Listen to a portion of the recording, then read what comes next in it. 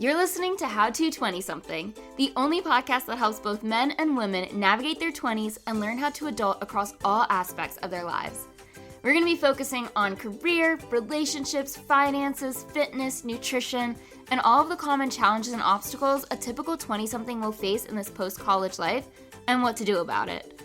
I'm your host, Just Diamond, and I am the CEO and founder of Just Diamond Coaching, where I help young professionals get their shit together, gain their confidence, and own their life. No one prepares you for this adulting world, so allow me to help you feel like you are no longer a chicken running around with its head cut off, and that you actually know what the hell is going on and what your next step to take is. Welcome to How to 20-something.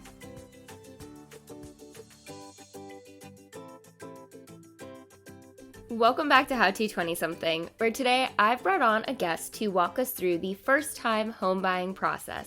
She might sound familiar, and that's because she was a guest last year and spoke on marriage, wedding planning, and life after the wedding, and now she's back to talk about her work as a real estate agent in the Carolinas. Now, at some point, maybe in your 20s or possibly early 30s, you are going to buy your very first home, and we want to make sure you feel well equipped to do so. Whether it's a starter home or a forever home, you still need to know what's in store for your first time experience. I haven't bought a home yet, nor am I close to buying one, as it's not a priority of mine in this phase of my life, so I quite literally know nothing about this subject, but I do know of multiple 20-somethings who have bought within the last year or two, or are looking to begin this process within the next year. So here's an episode to walk you through what to do or what to expect. Before that, though, I'm going to introduce and welcome back who you'll be listening to for this episode. Julia grew up in Charleston, South Carolina, and attended the University of South Carolina for both undergrad and graduate school. Julia and her husband, Mac, moved to Charlotte in early 2022 after Mac received a job opportunity in the city. With the opening of this new chapter, she decided to switch careers and dive into real estate. She is now a full-time residential broker/realtor with Berkshire Hathaway's Home Services and loves it. She specializes in helping first-time home buyers understand the process of going under contract and loves welcoming people to Charlotte and helping them find their community. During her free time, she can be found exercising at Solid Core or Bar 3, enjoying time with her family in their backyard, or meeting a new Charlotte resident for coffee to help them make connections here in the Queen City and beyond. Hi, Julia. Welcome back to How to 20-something. Hi, thanks so much for having me back on. Glad to be back. Yeah, I'm glad to have you back. And I want to start this episode with focusing on you for a little bit and your story. So, how did you get started in real estate, and what are some aspects about working in this industry that you love the most? So, thank you for asking. I feel like 2020 was such a wild year for so many of us. People were really figuring out their lives, and instead of being on, like you like to call it, autopilot, we were really looking around and figuring out, okay, what do we actually want to do and what do we have to do? So in 2020, I actually quit my job in higher education and started working part-time as a magazine editor and social media manager for a nonprofit. And real estate had always been in the back of my mind. I had so many friends growing up who had like parents do it. And I just was always interested in it, but I was too nervous to ever pull the trigger because it is a commission only paid job. But I felt like we were finally, in a financial position where I could start my own thing and we could still eat and still pay our mortgage. But I definitely needed that like safety cushion. And luckily we did have that. So, it just felt like time to pull the trigger and finally bet on myself. Real estate is a job that's different every day, which is really important to me. It's not your typical 9 to 5. I couldn't stand sitting at a desk from 8 a.m. to 5 p.m., 8:30, 9:30, whatever time you go in.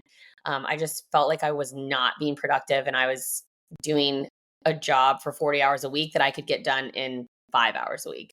I was just over it. So this felt like a good thing. And I was already networking and I love relationship building.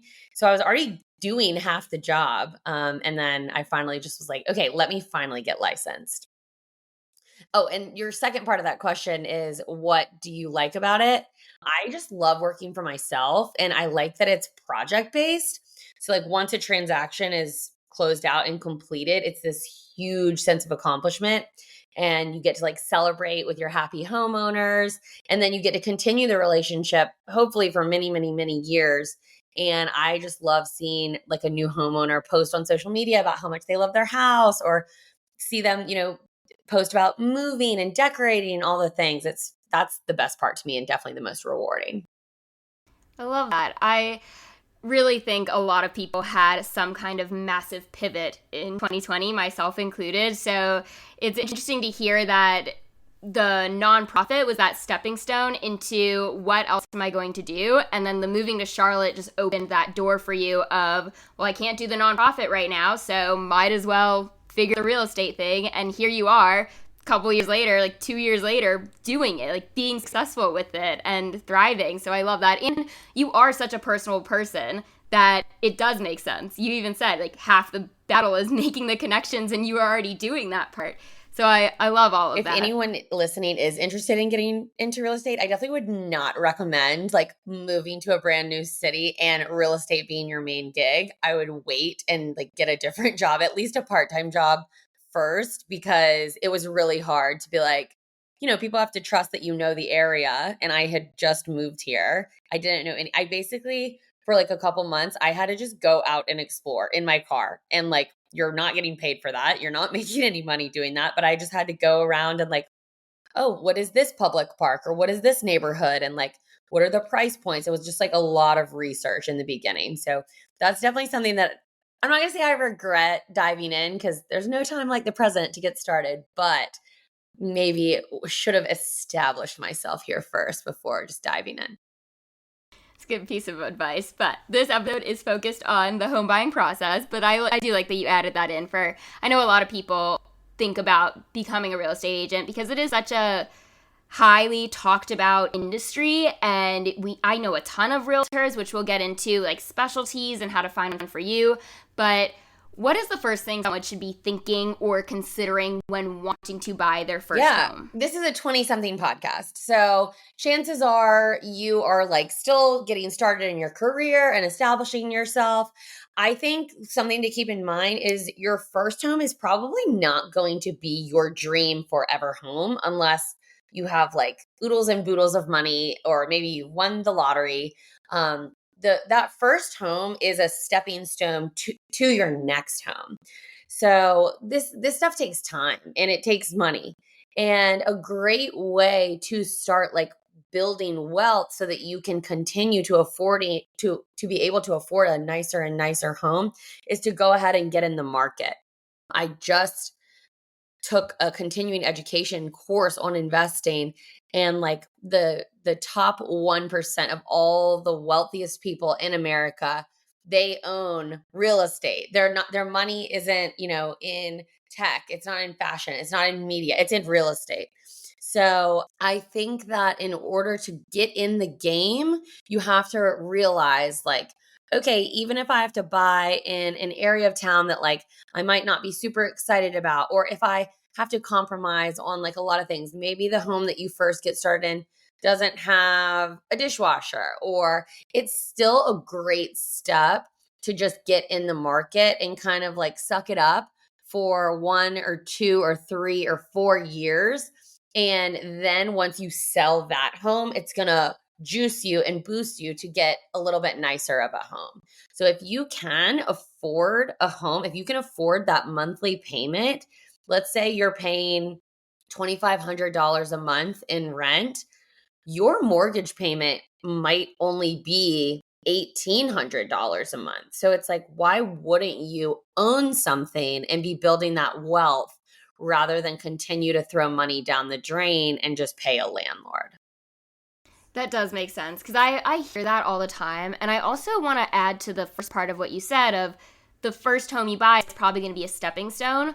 My parents, when they bought my childhood home, which is the house my mom still lives in, which is the spoiler alert to this story, but they bought it with the idea of this is a starter home, and it ended up being a forever home. And it's really just based off of finances, getting a divorce, like a lot of factors come into play with that. But I think a lot more people today go into their home buying process with let's just get a house. Get a house, like start having assets, start having value. Our money is being put into something that we care and love about and we can always sell later rather than going for the bigger, better multi-million dollar homes that they probably can't afford.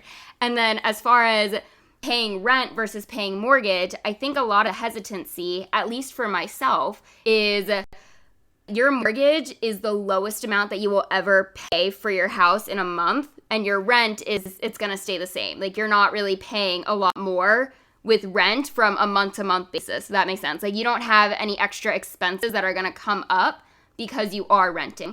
So can you talk about that mindset and maybe that fear around buying a house, knowing that there's going to be some unexpected costs that could come up and that hesitancy that comes with that? Definitely. And that's a great point. And like, let's go back to let's say you're spending $2,500 a month on rent and you qualify for a mortgage and your monthly payment is, only going to be $1,800 a month. So that's $700 extra. You can't just go spend that and like go on vacations. You need to be saving that $700 that you're not spending on the rent and putting that in a cushion in case something happens. For example, your HVAC, that's your air condition and heat unit, if that goes out, that can be like $20,000. So it's not like, oh, I'm going to save all this money by buying a home. You're probably not. You need to be saving it in order to continue improving your home. Or let's say, you need a new roof. Sometimes insurance can cover things like that. Let's say there's like a hailstorm. Sometimes you can like get a new roof and insurance can help. But sometimes it doesn't. So you do have to have those extra reserves and you have to have a serious cushion. You cannot say, oh, well, I've been saving and I have $15,000 and I'm going to put it all towards my down payment. You just have to keep those monies because, owning a home also costs money. It's going to make you money later, but for now, it's going to cost you money as well. So I totally understand the hesitation. Renting is like the safer bet. You have maintenance men or woman. Yes, maintenance man or woman. You have people at the front desk that you can call and say, hey, someone's in my parking spot, tow them or whatever. You don't have, there's so many things that you can call upon someone else to deal with and pay for when you're renting. And that's the price that you pay. That is why renting a lot of times is more expensive than owning a home because someone else is dealing with the issues. Whereas when it's your home, you will be dealing with the issues. Yeah, I guess it's more expensive in the short term. Exactly. But with a house, it's more expensive. Well, no, I guess it's the opposite. It's the opposite, Buying right? a home is going to build you wealth in the long game. Renting, you might be spending less now, but later you're going to regret not owning something because prices, especially if you stay in the East Coast, prices are just continuing to go up. So if you don't get in sooner rather than later, you're going to be paying even more later when you buy your first home down the road. How can a first-time buyer determine how much they can afford? Because you've mentioned some like prices. I know we've thrown some ballpark numbers out there, but is there a formula or do they have to go to the bank? Like, where does this number come from of how much they can afford for a mortgage? Yes. So first I'm going to say we don't want anyone to be house poor, which means we don't want you to put all of your money into your home. We still want you to have the same lifestyle. We still want you to have fun. We still want you to take a vacation here and there. So the first step is going to be talking to a realtor and talking to a lender. If you know someone who is a lender and you trust someone who is a lender, you can go ahead and talk to them and get talking and just figure out, like you said, there's really not like a formula that I can give you without looking at all of your debt to income. So for example, if you have a ton of student loans and you have a huge car payment and you have like bad credit score, that's going to like make you be able to afford less of a price point than if you have no student loans and you own your car and your debt to income ratio is lower, then you're going to be able to afford more. So I think the first step is either if you know a lender that you like and trust, talk to them. If you know a realtor that you like and trust, talk to them and they can put you in contact with a lender. There's no reason to go look at homes because you don't even know if you can afford that home. or you might be like really lowballing yourself and you can afford something more. So I think you really, before you can do anything, if you're just considering buying a home in the next 1 to 2 years, go ahead and talk to a realtor friend, talk to me, talk to a lender friend, and let's just get that conversation going. The problem is people start too late. They'll come to us and they'll say, "Okay, I'm ready to buy a house." And then we realize, well, shoot, we've got to like really fix your credit score. Or, oh, shoot, like you don't have enough savings to cover closing costs, which we can get into closing costs later. But what does that down payment look like? Do you have stuff set aside for closing costs? Let's have that conversation way earlier rather than later so that you can be preparing for 6 months to a year if we need that extra time. This is a long game. So you, and I know you've mentioned this to me off this recording, and you kind of just mentioned it now. So you would say plan for roughly 6 months to a year out of, I want to buy a home within the next year, I need to start now. Or is there like, before I even want to buy a home, like at what point should someone find a realtor, like actually take that first step, find how much they can afford, figure out their credit, find a realtor that they like, an area that they're interested in, like all of that? What's the timeline? It's never ever too early, because if you do have problems with your credit or whatever, the lender can help tell you like what to do to kind of get a better credit score, or like where to pay things off to try to get your debt to income ratio a little bit lower. So honestly, it's never too early. Even if buying a home is in your 3 to 5 year plan, like still just chat with us and it's okay. You're not like committing to anything. It's just a conversation. And, you can kind of like start thinking about things. I love like the counseling aspect of it. Sometimes people think that they want a certain home. And then when we really, really talk through it, they figure out that, oh, I don't actually want that at all. I might be moving a totally different direction. So I think it's just like figuring out a lot of stuff, talking it through. You know me, I'm an external processor. So if you can really articulate kind of like what you envision in the next, whether it's 1 year, 2 years, 3 years, 4 years, then the more you can talk that through and kind of set a goal for yourself, the better. There's really no timeline. I would say if you're thinking about buying a home within the next year, 100%, you need to be talking to a realtor and you need to be talking to a lender. Would you say a lot of realtors have their go-to lenders, or vice versa? A lot of lenders have their go-to realtors that they refer out. Like if you find one, you usually get the other. I would say that. Like I have lenders that I know can, they're on top of it. They can close the deal. They can get them pre-approved with minimal stress on the home buyer. For sure. Realtors definitely have lenders that they like to work with.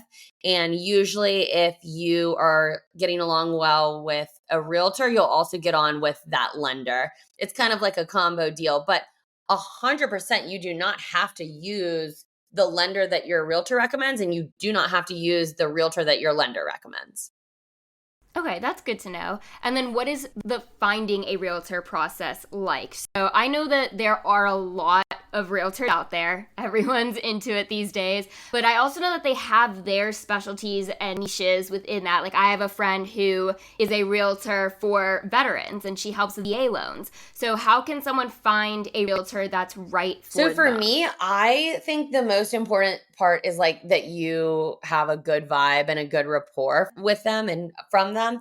It's kind of like dating a little bit. Your realtor has got to be someone that you trust, and you're going to tell them everything. You cannot be a people pleaser with your realtor. It's kind of like when you go shopping and you don't really want to hurt the person working, the retail person's feelings. So you don't want to tell them like, oh, I don't really like this dress. You can't be like that. Like you have to be so upfront, so honest, and you need to make sure that you're completely comfortable with the realtor, because this is like your money is going to be in conversation and what you want and what you don't want. And if you don't have like a good vibe from them on that first time y'all speak, like just move on. Because if you have any gut feeling like, this, I don't know how I feel, just go ahead and move on. Because there's plenty of us out there. And I recommend like following people on social media. see how, if they have a social media presence. Some people don't. That's fine. I do. I'm like my very, authentic self on social media, and I try to make it fun and lighthearted. And that's what this should be. It is a very serious decision, but you don't want to be freaking out, stressed all the time. Like, let's relax and let's have a good time while we buy this home.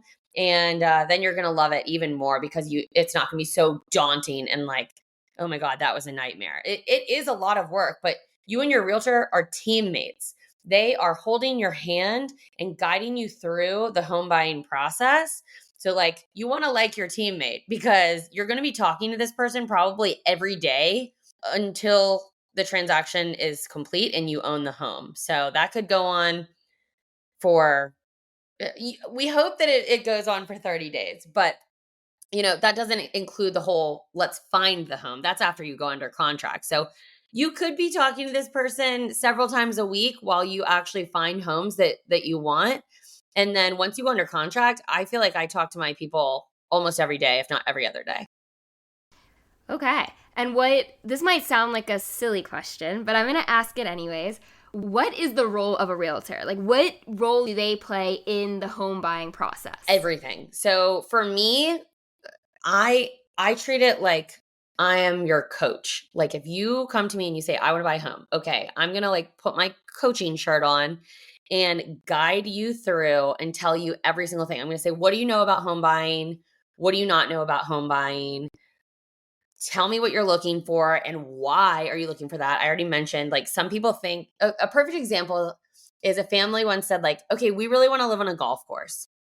And then after like discussing, they didn't even play golf. And so we were like, tell us why you want to live on a golf course. And they're like, well, just like, like the big green space and like, we just like really like, okay, well, you can have green space without living on a golf course. And your price point will probably be a lot better if it's not on like you're not backing up to the golf course. So if you really like the green space, we can find that for you. But let's like also explore other options and cast a much wider net because you'll probably save money if you don't live on a golf course if the actual thing that you're looking for is green space. So you just have to like talk things out and honestly be okay with a realtor who challenges you. Some people are like, oh, I really want to live in walking distance to the bars. Do you have, I don't know, like plans to maybe like get married and have a family in the next 3 years? Do you want to be in walking distance to the bars when you have a sleeping baby? I don't know. So I don't know. I think you just need to be so comfortable with the realtor. They're going to be your guide, be your coach. Again, if you have someone who's like pressuring you in any way to like buy the home, they're probably not the right person. But then again, I have had clients who are really indecisive and they've told me that up front, like I'm really indecisive. And so they've kind of given me that permission, like, okay, push me. Like if you really think that like this is a great home, tell me, go for it. So I've done that. I will never ever pressure someone if they're feeling uncomfortable, like then no, we need to move on and like this isn't the right thing. But at the same time, like it's a huge step. It's a leap of faith that you're taking when you do buy a home and it is scary, but it is going to be so rewarding and ultimately because we're in an area that real estate is not depreciating, it's a smart move. Yeah, it really falls back into that trust of you need to find someone that you trust because I know that there are realtors out there who just want to make a buck. Like they want to make money off of you. So they don't really have your best interest at heart. They have their best interest at heart. And you can smell phony from a mile away. So you really do need to have your intuition signals up and ready to go and go with someone that you fully connect with and you trust. That is really where it comes down to because this person is helping you make one of the biggest decisions that you are going to make in I your totally life. agree. And someone said that to me when I got into this business. They were like, I mean, there's kind of like a lot of slimy realtors out there. And it made me sad, but it's also true. And so I think that's the beautiful thing about getting to know your realtor before you are ready because your friend's not going to screw you over. They want to stay your friend. And I just think like, I hate that there are so many slimy people out there, because I got into this business because I genuinely love helping people accomplish like this beautiful dream of owning a home. It's much less about the money for me and more about how many people can I help. It just really excites me. But there are people who are like, oh yeah, you bought a house from me 5 years ago. That was it. Like we never stayed in touch. And like as soon as the transaction was over, you don't hear from them anymore. And that's fine. Maybe you don't want to stay in touch with your realtor. That's totally fine. But it shouldn't be like, how quick can I get them under contract? It's like, no, let's find the best home for them for the long game. What are their actual goals? Is this investment? Is it a stepping stone? Is this where they're going to raise their first kid? No, it just, there's so many different things. So you need to find someone who's very, very patient. Yeah. And back to the slimy is like, you're going to find slimy in any industry. One of my quotes is on my mirrors. I have a bunch of quotes written down. And one of them is be the best part of someone's day, because I have the same mentality as you. It's why you and I worked so well together when we coached last year. And you and I keep in touch. Like we text, I like check in with you. And it's not to be like, Julia, come work with me again. It's because I genuinely enjoyed working with you and can connect with you on that friend level. It's not all about the dollar sign that comes with coaching, even though like, I need money to pay my bills. There is that other part of it. The main reason why I got into it was to help people. And it's the same way that you do real estate. But in other industries, I know that there's business coaches that they'll just want tens of thousands of your dollars and then put you in a mastermind and never talk to you again, or like give you a course. Same thing with doctors. There's some bad doctors out there. There's some bad personal trainers out there. It's really on you as the consumer to do your research, shop around. You can shop for different people. We're all out there, and you want to find someone that you do vibe well with and that you trust wholeheartedly. And I think that's a really good point too. And that was something I wanted to talk about is when you are looking for a realtor, a lot of realtors are so busy, and like good for them, like props to you, but they're so busy that they can't give you that personal attention. And like that's one of my promises to my people is when you work with me, you're only going to work with me. A lot of other realtors, they've had to outsource and get additional help, and they have like a transaction coordinator or they have a team. And that was something when we bought a house, I did not like that. I chose a realtor because I liked that person. And then they passed me off to her team. And I was like, well, I don't know these people. Like, I don't trust these people. So, like, I picked you as my realtor. So, that was something in my business that was really important to me. When you hire me as your realtor, you're going to work with me the entire time. I'm not passing you off to a transaction coordinator. I'm not passing you off to, let the lender, like you and I will be communicating probably every day for a month until we get this thing done. And I will explain everything to you, not somebody else. And I will go over the inspection report with you with the inspector. Like I will be at every meeting. Unless there's an emergency, I will be at every meeting. We will have all the conversations. It will be you and me when you hire me. Other realtors, they may have 3 other different people working with you. And like that's good for them. They're so busy. Good for them. That's not my style. And that's like not how I would want to be treated as someone who was buying their home. Yeah, I mean, the same thing with me. People have told me of you could coach other young adults, young professionals to be coaches and have them work under you. And I was like, why would I do that? People come to Just Diamond coaching for Just Diamond. I don't care to have employees working under me. Maybe a virtual assistant down the line, but you're coaching with me. It is all with me. You text me my personal number. I give it to you because I want you to trust me and to confide in me in and out of our sessions. It's that same level and same mindset that we have, which is why you and I get along so well. But I want to go back to you again and ask you, how did you know that you were ready to buy a home? So we actually bought our first home in Greensboro, North Carolina, which is definitely oh gosh, if the prices in Greensboro were the same in Charlotte, I would maybe have like 2 homes in Charlotte. I don't know. The price point in Greensboro is so much better and more affordable. We were paying stupid rent in Greensboro because it was COVID. And we just, I don't know. We had made friends with a realtor who was also living in our apartment complex. We got to talking. She never once was like, oh, do you want to buy a home? Like she never, we didn't talk about real estate until we brought it up, which was awesome. like I knew she was a realtor, but she was never like, you should consider. Like it was just, I never felt any pressure from her at all. So we were paying stupid rent in Greensboro. The home prices in Greensboro were very reasonable. Interest rates were stupid low. It was awesome. We'd been saving for a while. It was just time. We were married, and not that you have to be married to buy a home. You definitely don't.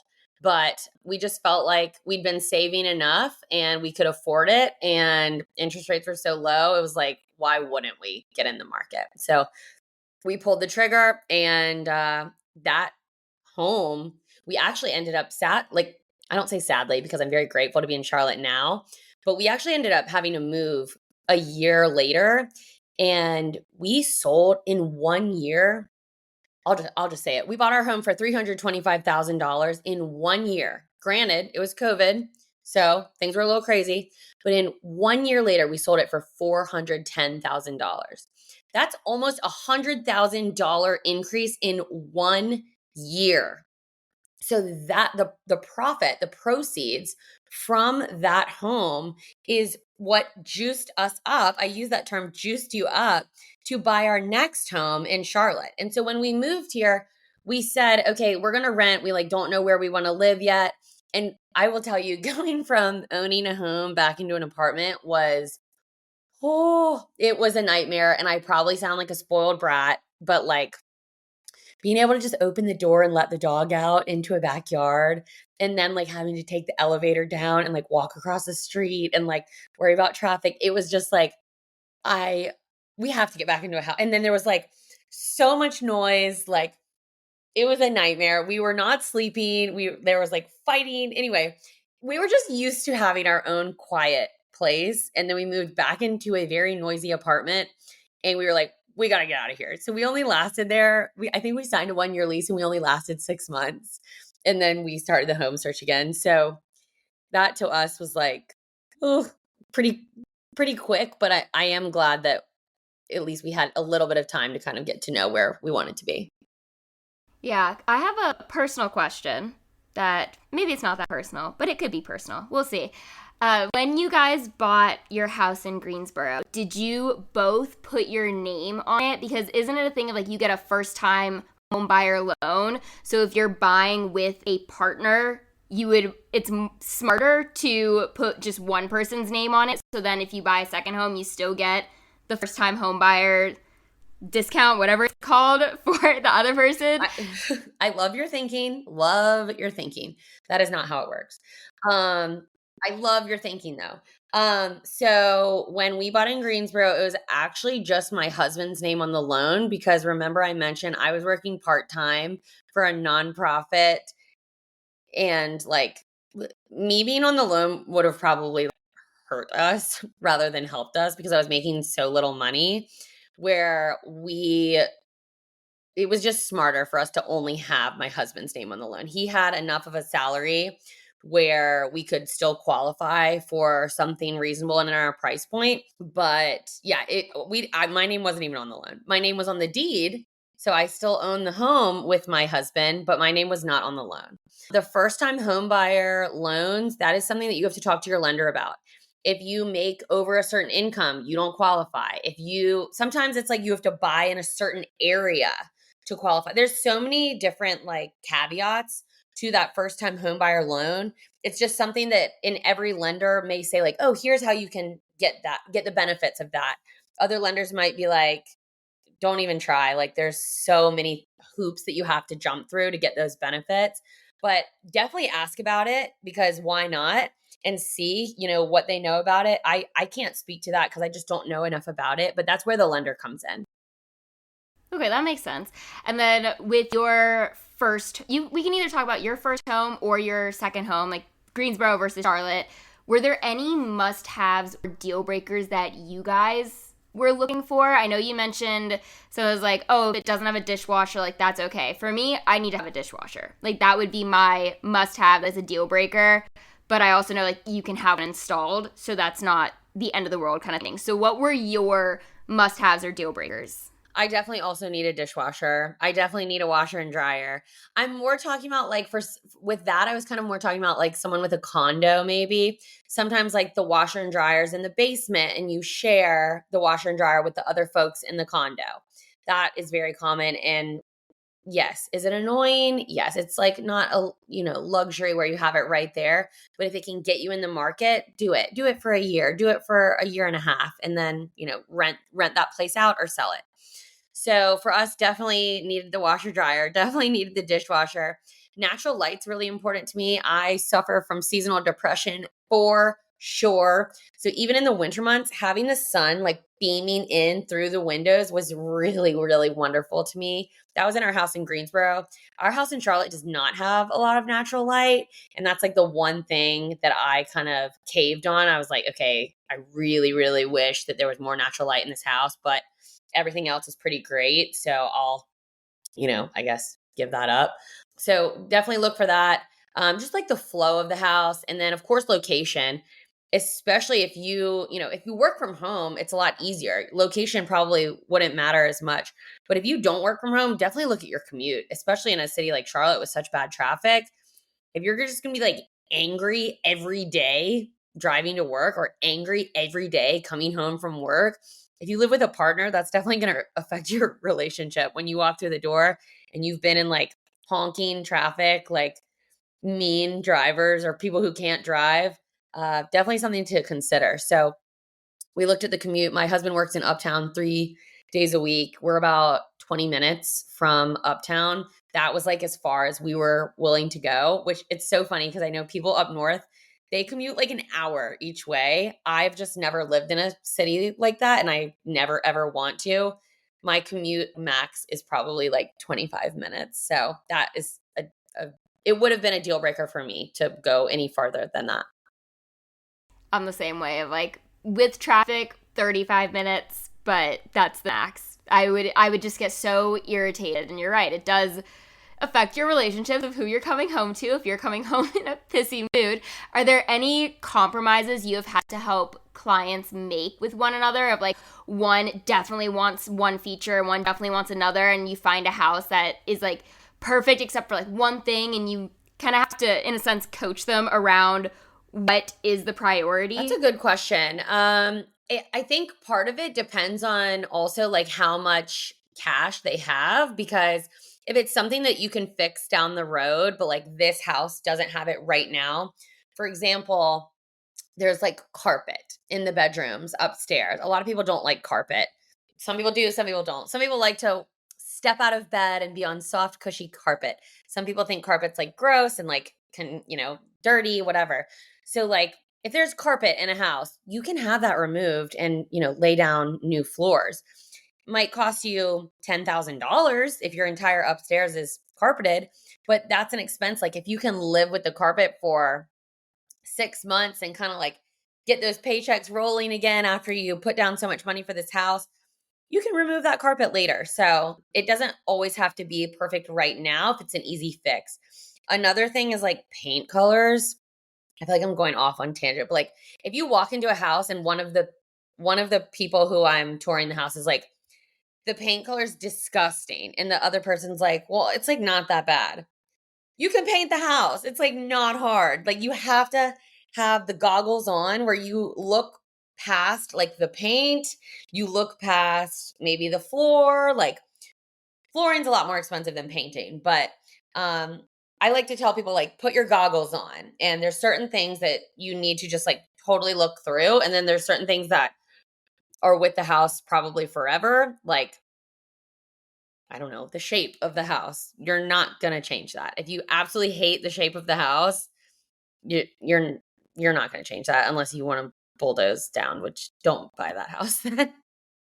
Yeah, unless you're going into it with the intention to completely bulldoze the house and build something new, which my background in interior design, we would do that with a lot of our clients because it was a real estate, architecture, interior design, marketing, and construction firm. Like we were the everything. We were the one-stop shop kind of firm. So a lot of clients would come in and be like, I found a house, I want it gone, and build something new. Or they've been living in their house for 10, 15 years, and they're like, We love the location. We love where it's at. We have money. Let's bulldoze it, start from scratch.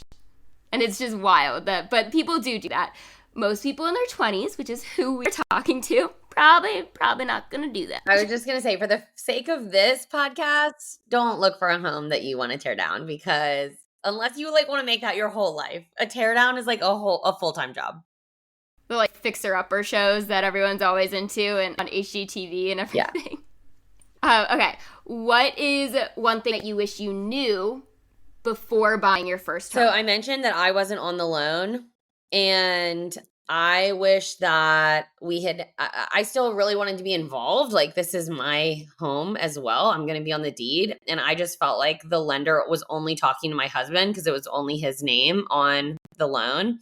And so I regret using the lender that we did. I wish that we had a more patient lender. A lender is equally as important as the realtor.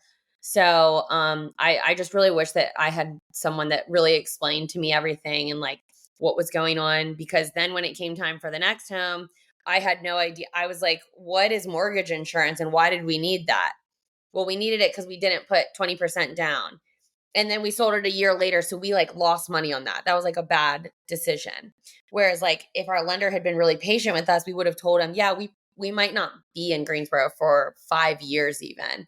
Then we may have gone a different route. So fine. It's equally as important to like your lender as it is your realtor. Okay, I like that piece of advice and something that you wish you had done differently or known about. The next question I have for you is about the inspection process. So what should someone look out for or expect, or how does your inspection play a role in negotiations? Just everything that is involved in that part of the home buying process. Yeah. So in the state of North Carolina, we have what's called the due diligence fee, which that is money that you are going to put down to get the seller to take this house off the market and go under contract with you. That money is non-refundable. So I've seen due diligence fees as low as $500, and I've seen them in clients that I work with as high as $25,000. Sometimes for a new build, it's been like a $300,000 non-refundable deposit. Yeah, in COVID, we saw like $100,000 due diligence fees. It was crazy. Whatever you put down, it does not have to be that high. I think a normal, let's say for like if you're buying a $350,000 townhome, maybe you'll put down $2,000 in due diligence. But just remember, that money is non-refundable, okay? So if you decide to walk away from the home, let's say you get the inspection back and there's like you are always going to find things on your inspection report. I have never had any inspector, I don't think any realtor ever has had any inspector, even on a brand new home, be like, oh yeah, totally clean, checked every single box, green light, go ahead, move in. Never, ever, ever, ever. So I'm jumping around a little bit and I apologize, but you have to be prepared to get that inspection report back and see a lot of stuff, and you cannot panic. The inspector is paid to find problems, and they're not even problems. It might just be like, oh, this window is like off kilter or something like that. Like there's some stuff on there that is not a big deal at all. Cosmetic things, the seller's not going to pay for. It's really where the issues really come is like structural stuff. And then if there's like termites. So we call those material facts. A material fact is something that has to be disclosed because it could impact the person buying the home. So I had clients who were under contract with a home. The house had termites underneath. And so for me, I'm like, we either have to get this fixed or y'all need to walk away. Like if the seller's not going to fix this, we need to get out of here because y'all don't want to deal with termites. What ended up happening is the seller said, okay, I will do like termite mitigation, because if the seller had said, oh, I'm not going to fix that, good luck, and I'm just going to keep your money, the next buyer that came through, he has to tell them there were termites found, or else he can be sued for not disclosing that. So it is in the seller's interest to fix those like material fact items, but sometimes like you can't, if the flooring is like slanted, that a seller's not going to fix that in 30 days. That's like a bigger issue. And like, it's not a huge deal either. So they might be willing to give you like $1,000 credit or something like that. But you just kind of have to attack each individual problem. And like, you have to be willing to say, okay, like some of these are like not a big deal, especially the cosmetic stuff. Just get over it. If there's like a stain on the window, don't think that the seller is going to fix that, because they're definitely not. Did that answer the question about inspections? Yes, so that answers that part. Does it have a role in negotiations of bringing like the total cost of the house down, or it's really just part of the safety? And then you mentioned 30 days. So is it what can be fixed in 30 days, or is there a timeline with it? Like how does that all work? Thank you for asking. So let me talk about the timeline first. So your due diligence period will be, usually it's like 2-3 weeks. And so you need to like figure out everything that you're going to ask for from the seller during that time. So one example is I went under contract with someone. In the initial inspection, my inspector was like, the HVAC looks like a little, like it might be on its last leg. Inspectors are only like, they're very broad. So then we took the time and said, okay, we still have like 6 more days in our due diligence period.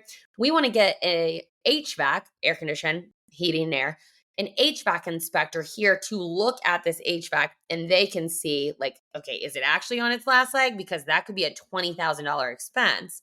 Or does it just need like a cleaning? The HVAC came in, they said, oh, it just like needs a new filter here, and like this little pipe here, we can replace that. It'll cost you like $250. So we then went back to the seller and said, this is what they said. Can you take care of these items? And then if so, we are fine to move forward with buying the home. They said, yes, great. Moving on. Some sellers have been like, I'm not fixing anything. I'm not fixing anything. Do you want the home or do you not want the home? Because I already have your money right here. I have this however much deposit you put down, and I will keep that. And then I'll move on to the next buyer. So do you want the home or not? And that sucks when they say that and they're not willing to fix things, but they must not really need to sell the home that bad if that's the case. And then the 30 days is just, that's like a normal time for a conventional loan. Most sellers would prefer a quick close rather than a longer close because it's less liability. Like, the longer they have the house has to stay in that perfect shape. Like when you saw it, if there's like a fire or something, then they can't close on the house. They can't deliver the product that you are buying. So they want a quicker close. 30 days is like that standard time. A 60 days close is still okay. But if you have 2 people and they're putting down the same amount of money, same list price, they're both willing to pay $500,000 for this home. One of them can close in 30 days and one of them can close in 60 days. I'm going with the 30-day person. So that's where that 30 days comes into play. Okay, that makes sense. If it was, let's go back to the HVAC example. I liked that. Let's say that they did need a whole new HVAC system and it's going to be $20,000. Would they go back to the seller and be like, we will take the house if you take $20,000 off this house because that's what will go to this new HVAC? Is that a way of negotiating some of those costs? Yes, that's correct. So that can happen. Absolutely. And that's what your realtor is for. They know how to negotiate. They know what to negotiate. They may say, well, you need a new HVAC unit. So we either need, a $20,000 credit, or, and I always say, get the credit at closing. Don't go down on the list price. Cause like it just makes, it's going to save you more money if you get a seller closing cost credit. Seller credits is what they're called. Some people like the feeling of like, oh yeah, we got this house for $20,000 under the list price. Like that feels good because you like got a deal. But I promise you, you're going to be better off financially if you get that seller to give you that cash at closing in a seller credit. So yes, that is an option. I don't know if a seller would do that for an HVAC. The HVAC would literally have to die because to the seller, no, it's still working. Like it's not dead yet. You don't have a crystal ball. You can't say when this HVAC is going to die.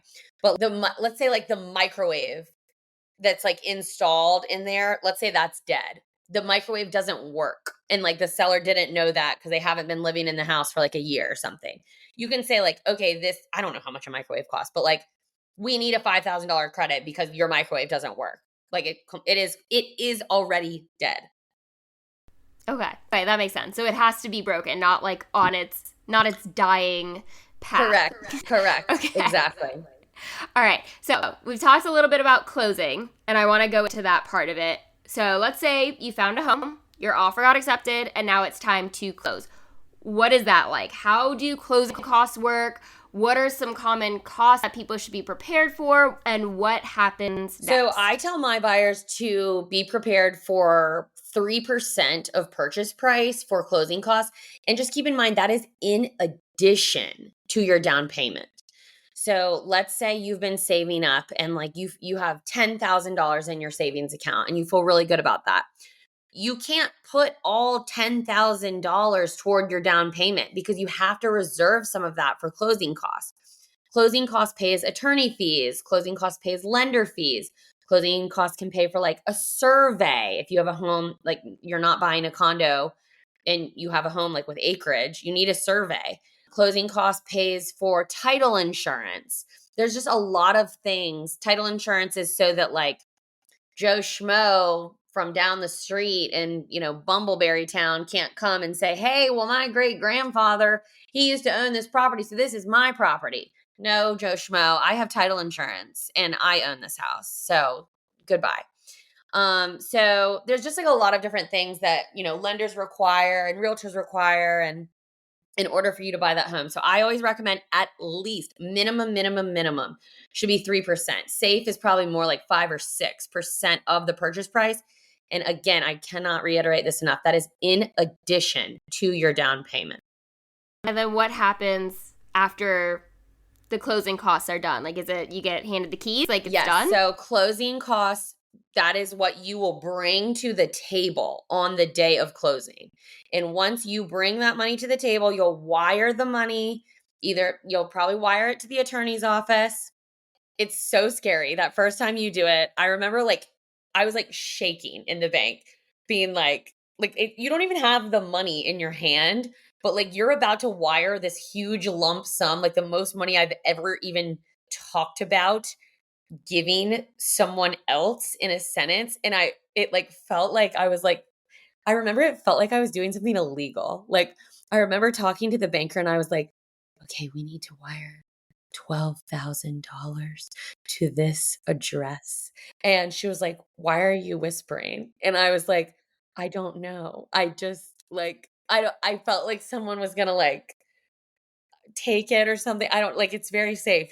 You go to your bank and you wire whatever, and you call and you confirm and you make sure that you have the correct wiring address and all of the things, but it does feel very scary moving that much money. So, yes, so you'll do that either like the day before closing or the morning of closing.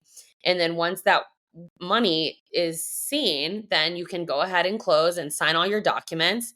And then later they will record the deed. And once that is recorded, then you get the keys and the home is yours. Wow. Sounds so simple. So simple. So easy. I have 2 more questions. So one of them is I've heard that you shouldn't be buying anything big, like not making any massive purchases, like buying a new car or, I mean, I've honestly even heard like not changing jobs, just like don't make a giant financial risk decision throughout some point of this process. So I know it's like before closing.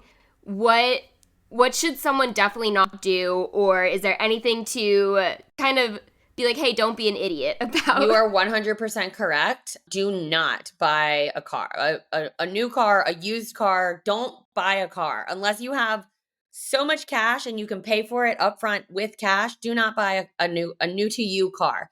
Do not quit your job.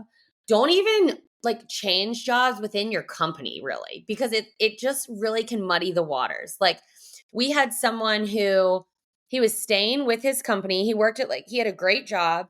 But them moving to Charlotte from New York, he was switching to remote.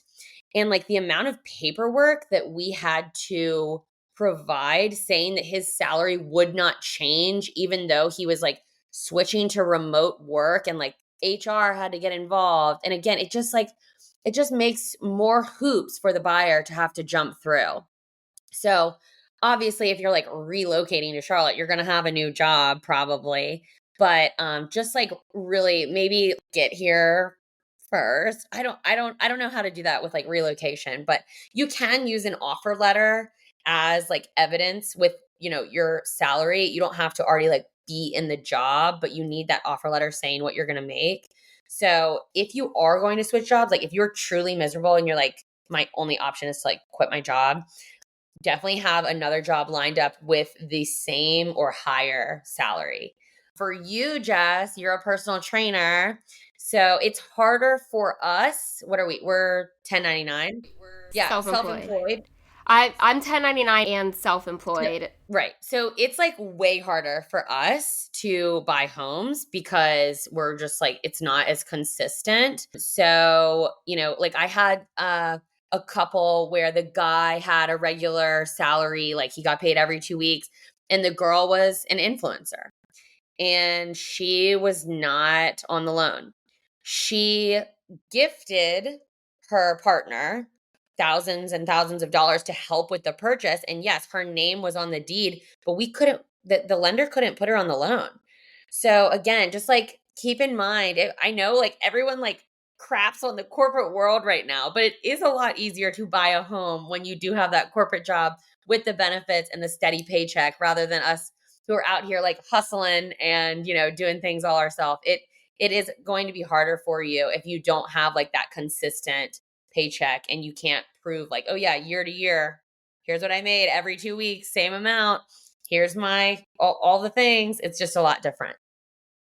Yeah, I didn't ask for entrepreneurs because I know most people listening do have that steady paycheck, but it's a whole story for another time. That's something you and I can talk about off script. Or if someone listening is like, wait, no, I want to hear about that, then we can dive into how that would work.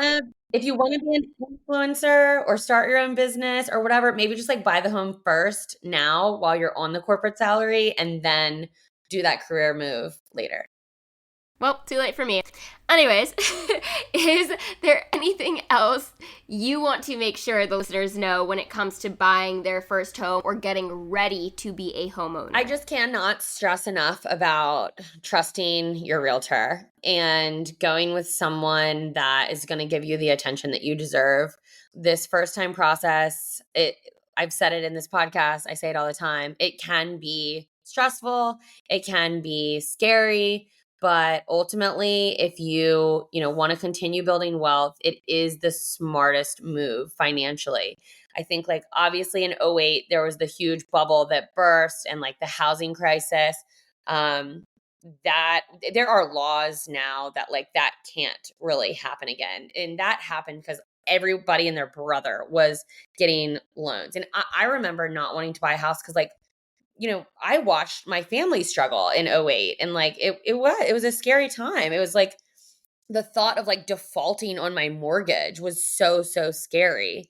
But there are laws that like, do prevent something like that from ever happening again. There were no laws back then.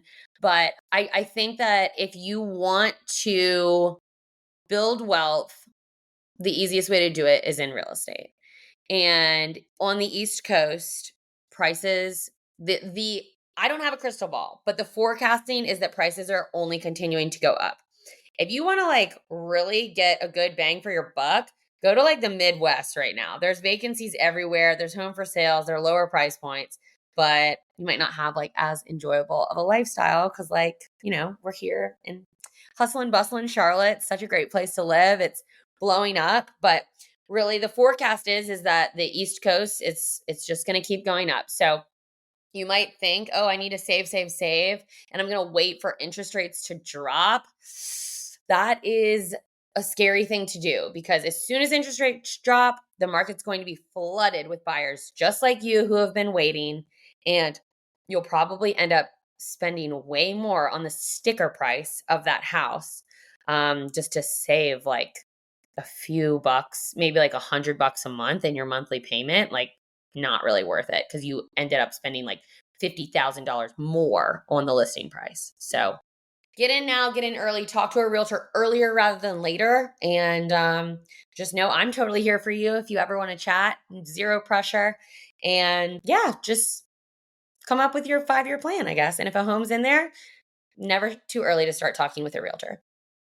Amazing. And on that topic, how can people get in touch with you if they want to ask any questions or maybe talk about something we didn't get to touch on or even work with you? Where can they find you? So there is absolutely no question ever that is like, there's no dumb questions ever, ever, ever. I ask so many questions and I am very curious. And if I don't know the answer, I'll find it for you.